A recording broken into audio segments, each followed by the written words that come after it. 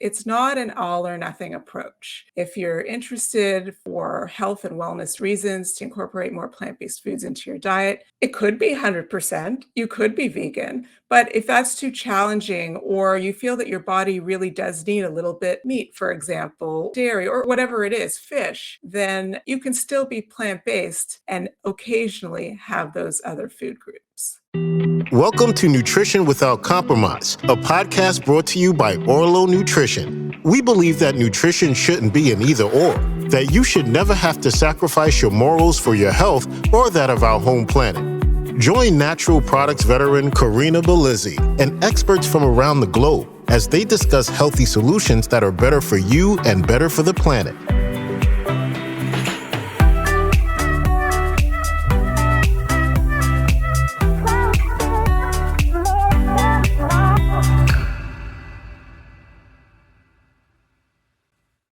Welcome to another interview episode of Nutrition Without Compromise. As we close out Veganuary, I am thrilled to introduce you to a guest who is committed to spreading great information about a plant-based diet. She even started a podcast called Plant-Based Diet under the umbrella of a production company that she founded, Alternative Food Network. Her name is Esther Garfin, and hers is a story that shifts from a career as a lawyer in the entertainment industry of Toronto to launching a multimedia and content production company focused on healthy living through healthy foods. Esther Garfin, I'm thrilled to have you here today. Welcome to the show. Thanks for having me. It's a pleasure. I want to start out by really learning a bit about why you shifted from that career in entertainment. Must have been thrilling in certain ways in Toronto to this new effort. Yeah, I get asked that a lot. I practiced for 20 years, over 15 years of those in entertainment and television and digital media, and it was a very good career. I have nothing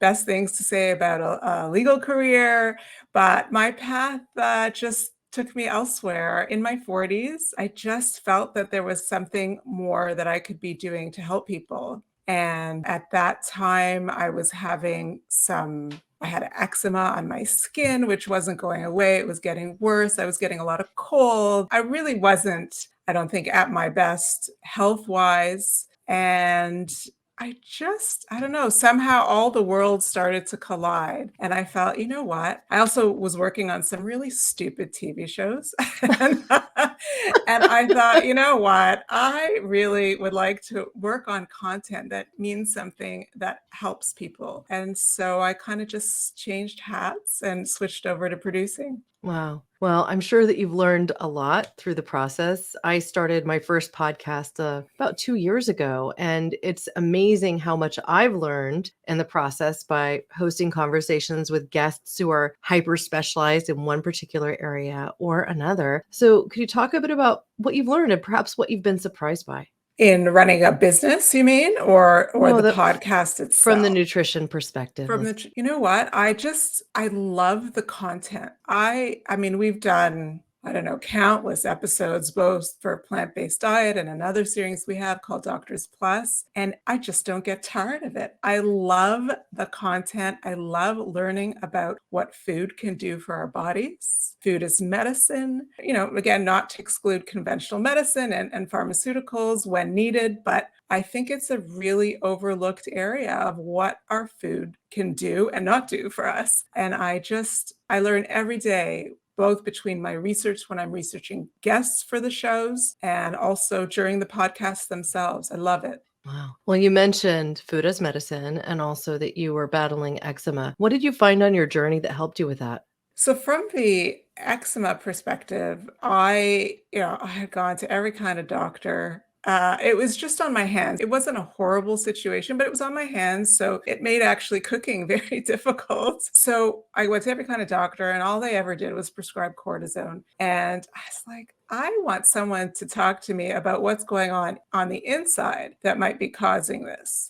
I do have food allergies, so there could have been a connection there as well. And I just wasn't getting the answers that I wanted or needed. Mm-hmm. And so I decided to change my diet. Mm-hmm. I lowered my sugar intake. It was one of the things. And I think that is probably, from the food perspective, the thing that I would say worked for me the best. Because I'll tell you, I have a little flare up right now, which I have not had for 2 years. I've been eczema free for 2 years. And right now, and I think it's because I just completed a road trip from Toronto to Florida and back with my family. And there was a lot of junk in the car, and I was driving part of the time, and I was partaking in that junk and in that sugar. And I have a feeling that's now set me back a little bit. But yeah, it really helped with my own situation and with all the shows. I mean, I get emails, I don't know from your work that you do, if you get emails from the audience, but I get emails, people thanking me for the information, and they really appreciate it. So we keep on going. That's fantastic. Now, I think just for our audience to help them understand what eczema is, eczema essentially is an inflammatory skin condition. And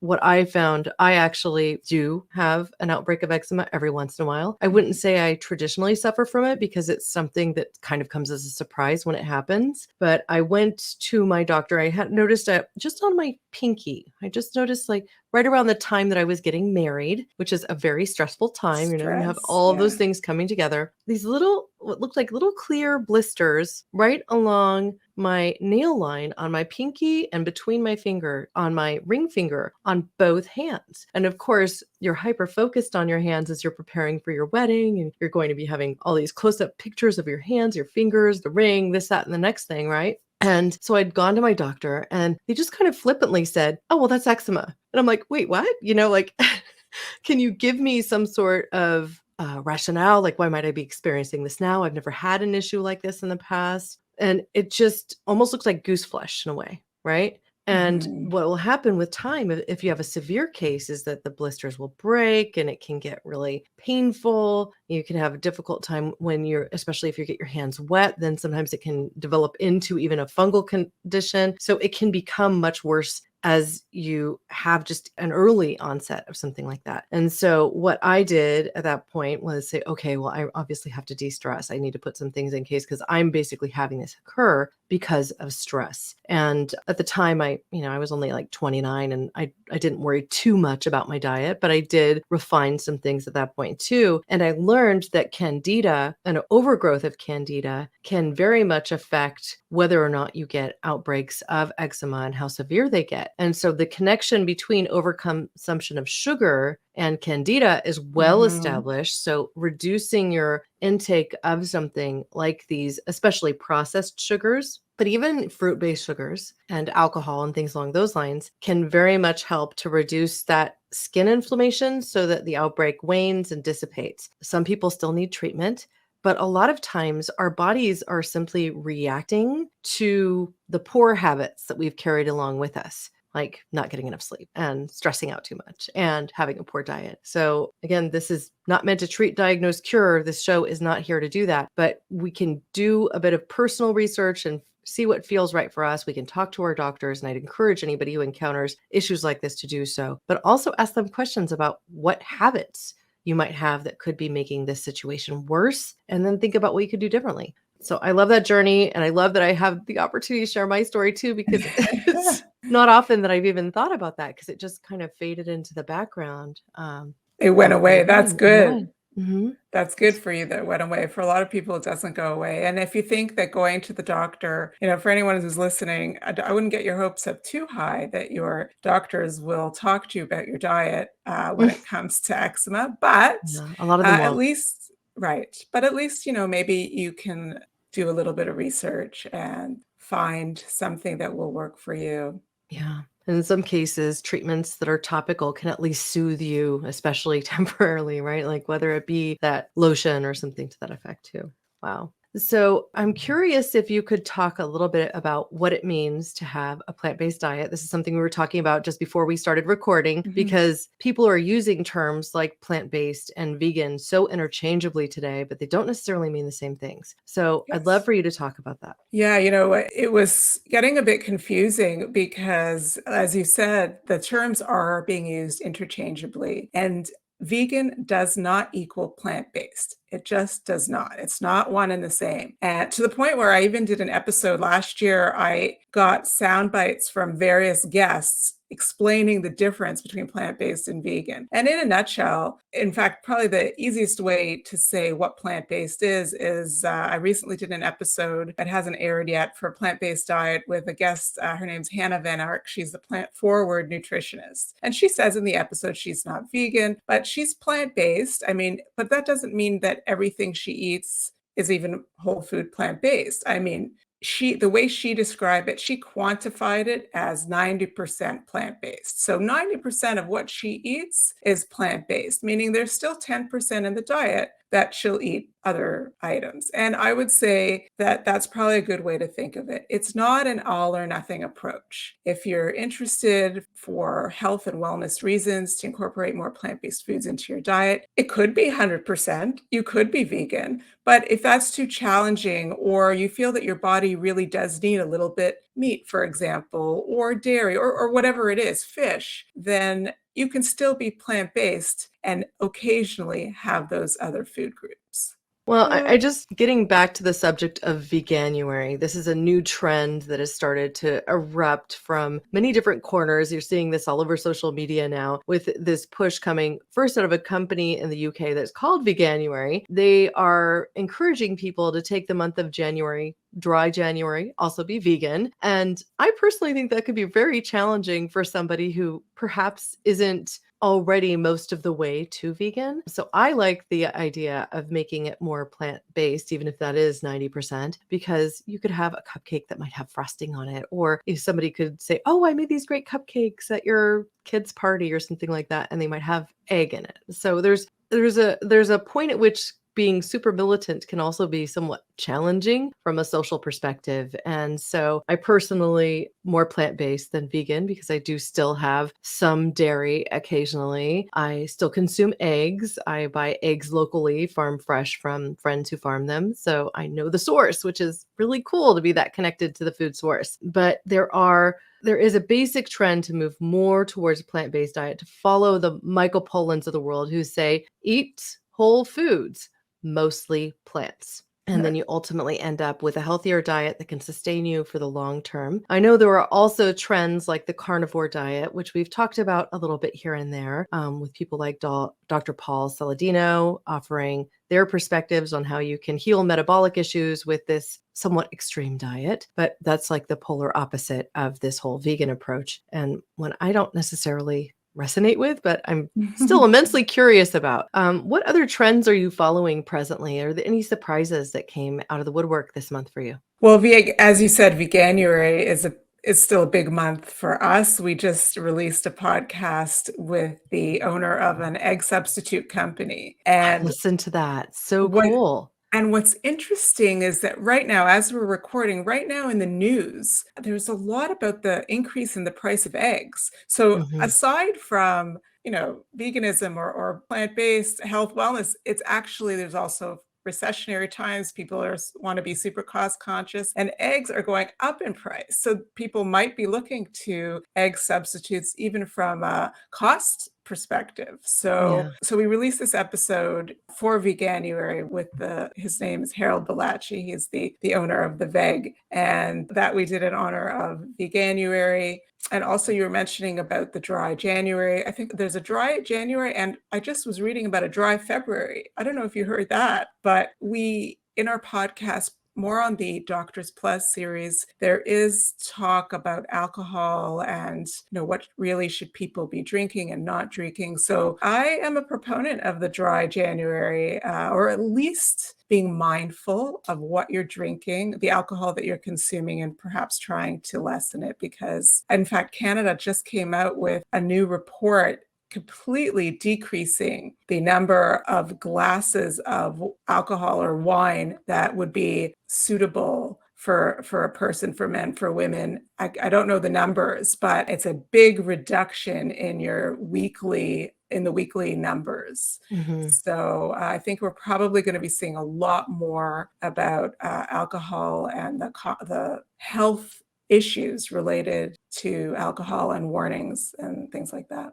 Yeah. Well, not only does it negatively impact the waistline if you're over consuming alcohol, but as we've covered on this podcast, when we featured Dr. Joseph Maroon, he's a neurosurgeon and neurologist. He basically said, yeah, there's no good news when it comes to the brain and alcohol. And so if you see things like a longer lifespan and an increase in the incidence of things like Alzheimer's or other degenerative diseases of the brain, then alcohol starts to become a very important discussion. Absolutely. We just recorded not too long ago a episode for Doctors Plus with Dr. Annie Fenn. And she has the Brain Health Kitchen. All her work right now, she used to be an OBGYN, and she's turned into, she has this Brain Health Kitchen and a cookbook, and she talks about all about Alzheimer's prevention. And also in that episode, she was talking about alcohol, and yeah. There's no good news. No good news there. Yeah, the only good news I think that I've heard is from Dr. William Lee, who says 1 glass of beer or 1 glass of wine on a daily basis can be health promoting. But the neurosurgeon and neurologist friends of mine don't even agree with that. They just say it's best to omit. But that being said, Dr. Joseph Maroon himself also admits to enjoying a nice glass of Pinot Noir because Pinot Noir tends to have higher levels of resveratrol, and he closely also follows Dr. David Sinclair's work around brain health and longevity as it relates to resveratrol. So there's no perfect way to package this all up. Some of the research does conflict, but generally speaking, very little. Yeah. And, this old adage that we might have had in the long ago past where people would get prescribed 2 fingers of scotch is a thing of the complete past.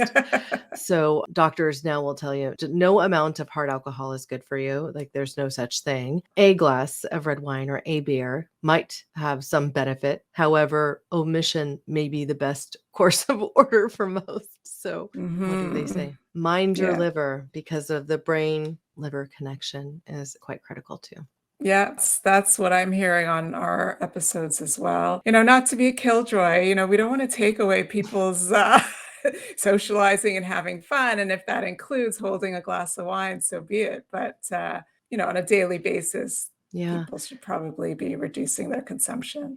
Well, I think this also lends to another trend, which is mocktails in place of cocktails. There are even alcohol-free spirits now. And so I was curious to try some of these at Natural Products Expo East in September. They had an alcohol-free gin and an alcohol-free vodka. And I'm like, well, how can you even call these that if they have no alcohol in them? But they did have a mild juniper flavor on the gin side. And the tequila tasted a little kind of almost smoky, a little bit like, I'm forgetting what the name is of the not tequila. At any rate, those experts of spirits will know what I'm talking about. Yeah, So, I've not tried the mocktails, but I don't, I don't like the taste of hard alcohol anyways, so it's not like I need a substitute for that. right. Well, a nice glass of wine is something that I often find hard to Yes. turn down.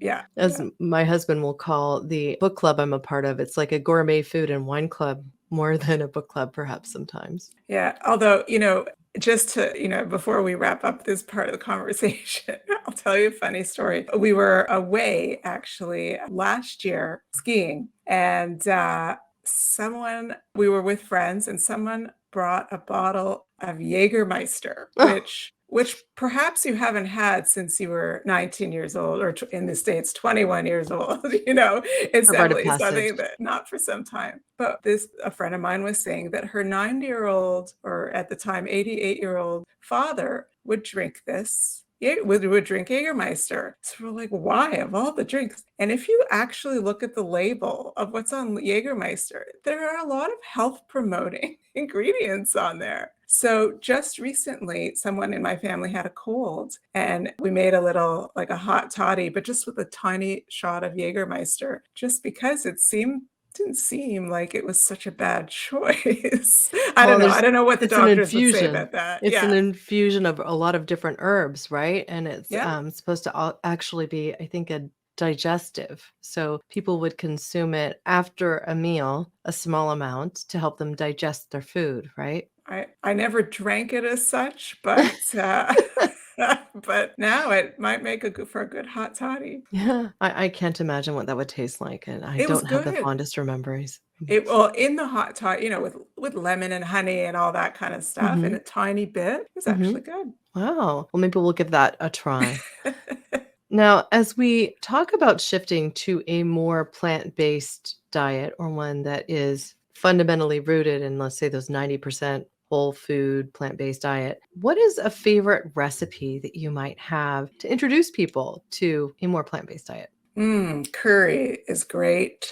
I like to make, a coconut curry. So again, instead of using a dairy, a milk or something, coconut milk, and just, sweet potatoes, beans, lentils. I love lentils. Lentils give me a lot of energy. I have recently found,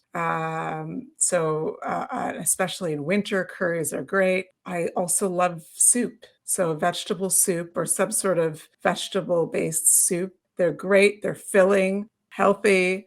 So those are some of my favorites. What else do I love?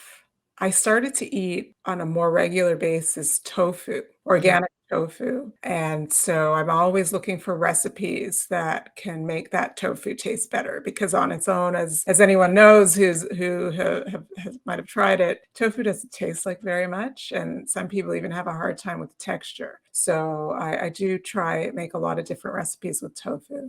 With a few herbs and spices, tofu can take on almost any flavor, which is one of the things that makes it kind Mm. of marvelous. When I make tacos, often make tacos with tofu. You just use the taco seasoning on the tofu, and it's fantastic. There's even a local restaurant here in Santa Cruz County that has a Mike's Mess is like their egg dish, and it has potato and egg and all these other things, but they have a tofu version of that, and I prefer it to the egg. So sometimes you can find that it has an incredible way to replace something that you might otherwise have gone to a more animal-based product for.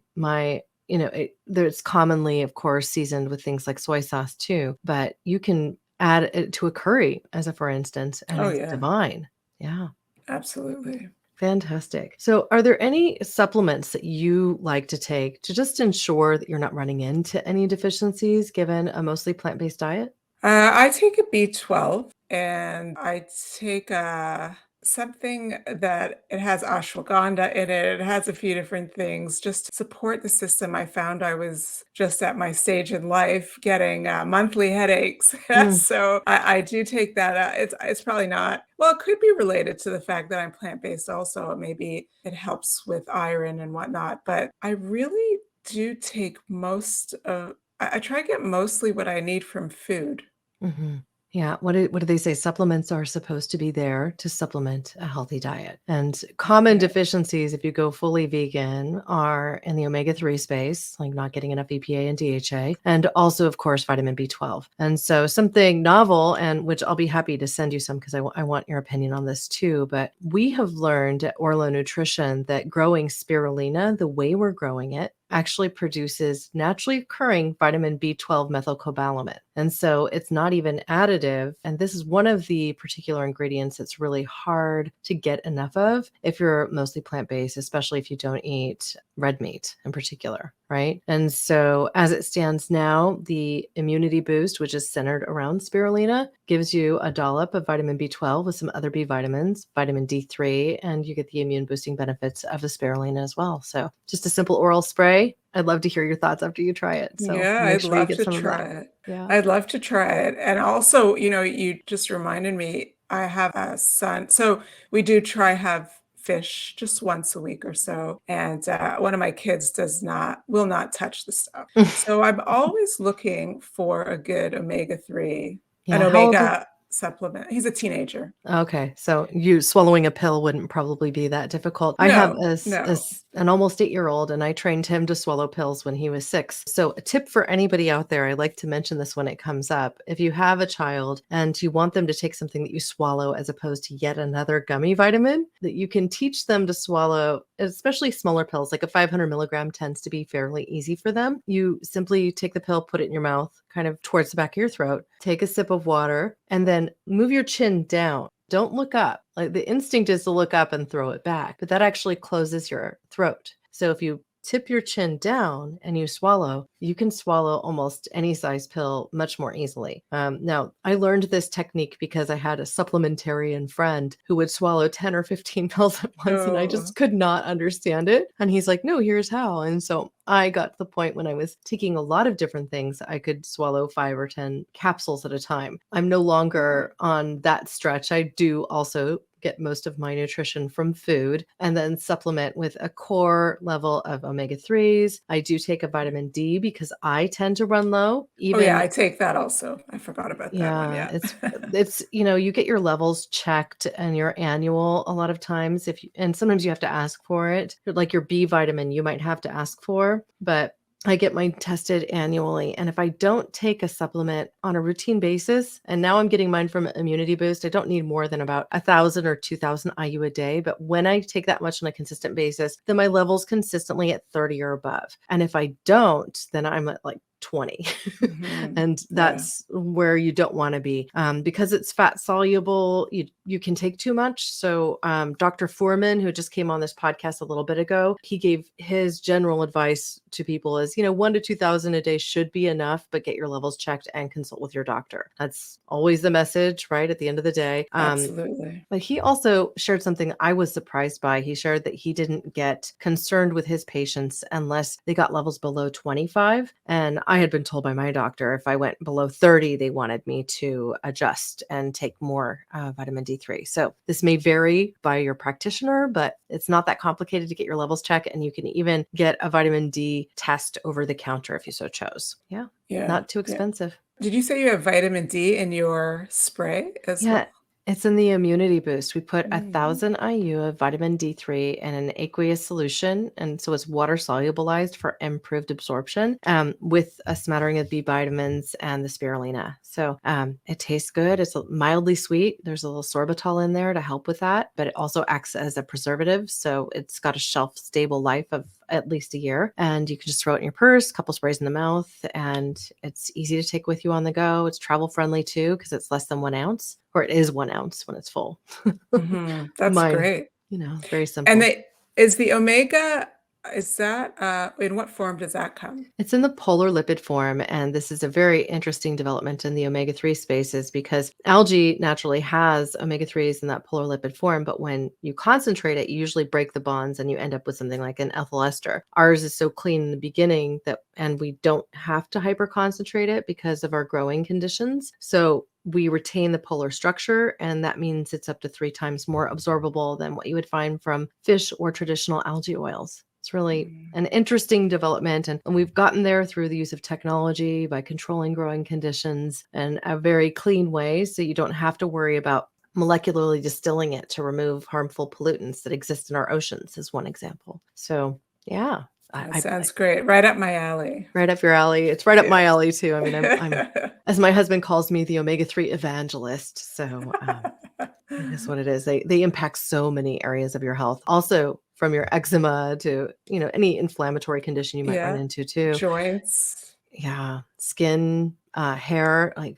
sometimes women run into, if they're not getting enough protein, they'll start to have thinning hair. And so this had been a problem in some individuals who perhaps weren't managing a vegan diet very well. Like perhaps they didn't eat enough beans or rice or other things to kind of round out the level of proteins that they were receiving. And also running into deficiencies of omega-3s, then you can start to experience things like thinning hair, which nobody wants to really talk about, right? But getting enough protein, you can do that from plant-based sources too. And also getting enough omega-3s can be really critical. So fun things to discuss, right? We have to play to our vanity a little bit here and there. Yeah. Well, listen, we just did an episode on our Doctors Plus premium, one of the premium episodes, which is subscription for us. And it was with a dermatologist. And so it was all about the relation between food and skin health and, anti-aging and all that. So from a physician standpoint as well, there definitely is a connection. Yeah, and people are already doing things like going out and getting collagen to drink with their coffee or in their protein shakes and things like that. But if you don't have other nutrients in your system, then you're not going to get all the benefits of that either, right? Well, So, maybe you know a bit more about this. I mean, we had talked about the episode. This is where Dr. Falke hosts it, mhm, and they were talking about taking collagen. So first topically using it, mhm, and internally, and what the physician, what the dermatologist's thoughts were on it. mm. And I think there's not much science yet for taking it internally in some way, shape, or form. So that I think he didn't have a clear opinion on that yet. Yeah, I think most of the estheticians and doctors I've spoken to in the skin health space have said vitamin C will likely do more for you internally than than Hmm. collagen will internally, but it's become a popular protein source. I think I see stacks of vital proteins now at every Costco that you might walk into. And Hmm. so if that's your source for protein, I guess okay, but you probably need other health promoting nutrients. Hyaluronic acid offers a lot of skin support. There's all sorts of other researched ingredients that can be used. Usually, if they can be used topically and internally, the combination of the two can actually offer additional support, at least from what I've read. But that includes things like vitamin C and hyaluronic acid. And I'm not sure if it extends to everything else. We do know, for instance, that retinol form of vitamin A on Yeah. the skin can help with breakouts and inflammatory conditions on the skin, but it can also over dry. So there's a reason that it tends to remain more prescriptive, right? You work with a doctor to get. Yeah. We're talking about retinol as well. Yeah, exactly.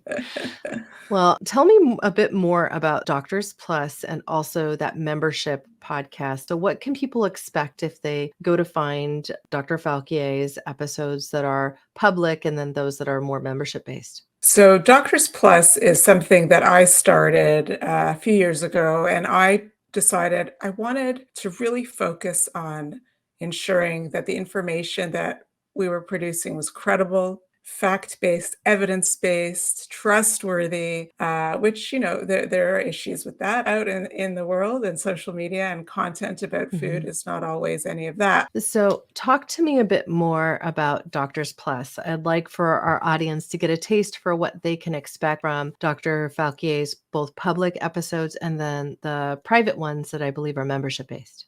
Sure. Well, I started Doctors Plus a couple of years ago. It was a way for me to ensure I was getting very credible and trustworthy evidence-based information about food as medicine out there, because that's not always the case on social media, and in just generally what's out. It's not necessarily evidence-based. So it was very important for me, perhaps coming from my training as a lawyer, that we were producing content that was evidence-based. So for me, I decided that I would interview only medical doctors who happened also to be trained in a complementary or alternative therapy, and they would discuss food as medicine. And then this year, we decided to produce Doctors Plus premium episodes, and they are hosted by Dr. Sabrina Falke, who is a physician and a culinary medicine expert. So she has taken on the hosting duties for the premium episodes. They are on via subscription on Apple Podcasts. So they are our first not free content offering. They're just a few bucks a month. And then there's also an annual membership. It's not a lot of money, but it's really premium information that can be trusted. And Dr. Falke interviews other physicians and they about various topics such as diabetes, cancer, skin health, weight loss. But they're all physicians and they kind of dig down into food as medicine. And then each episode, she does a recipe. So it's an audio recipe. She walks the listener through a recipe, and then we as well those recipes as standalone episodes as part of the subscription. And Doctors Plus, the free version, is still around, and it has all my old episodes. Mhm. And we'll see what we do with it next. I am incorporating some clips, some useful clips from the premium series, and I put it on the free series just so people have a taste of what's going on there. That's beautiful. Well, this has been my pleasure to have you on the show. I want to thank you too for having me on as a guest on your show to talk about everything we were doing differently with Orlo Nutrition. I would love to invite you back when you're doing a new campaign or something along those lines. And Thank also you. can't wait to engage with Dr. Falquier so we can get a taste of what that show will be like directly on this podcast, Nutrition Without Compromise. That's wonderful. Well, thank you so much for having me on. And also thank you for coming on our plant-based diet series. And yeah, I'd love to come back on. And I hope you have a great interview with Dr. Falque. I think culinary medicine is a relatively new field. So I think you'll have a very interesting talk about what that is and what she does, and all to help everyone out there. Yeah, and she's in my home state of California, so it'll be Right. easy to find a connection time. Well, thank you so much. To find out more about Esther Garfin, plant-based diet, and Doctors Plus podcasts, drop by our show notes and you will be linked directly to her shows. I encourage you to check out the complete blog page on orlonutrition.com, as you'll find our transcripts and features that you won't find anywhere else. I'm also going to throw a couple of recipes in there that are my favorites and plant-based to encourage you to add just a few more plants to your diet. If you have questions about what we covered or topics that you'd like to see us dive more deeply into, hit us up on social channels at Orlo Nutrition. And you can send me an email note directly to hello@orlonutrition.com. As a reminder to all of our listeners, if you visit our website, Orlo Nutrition, and you have any products that you'd like to try, from the omega-3s to the immunity boost, you can use the coupon code NWC10 to get an extra 10% off of your cart at checkout. This could mean savings of up to 37% with promotions that we're presently running on the site. So as we close today's show, I hope that you'll raise a cup of your favorite beverage with me as I raise a cup of mine and say my closing words. Here's to your health. Thanks for listening to Nutrition Without Compromise. To make sure you never miss an episode, subscribe, rate, and review wherever you listen to podcasts. If you'd like to learn more, visit orlonutrition.com and join our mailing list. You'll gain access to complete show notes, features, and informative blogs, because nutrition shouldn't be an either-or.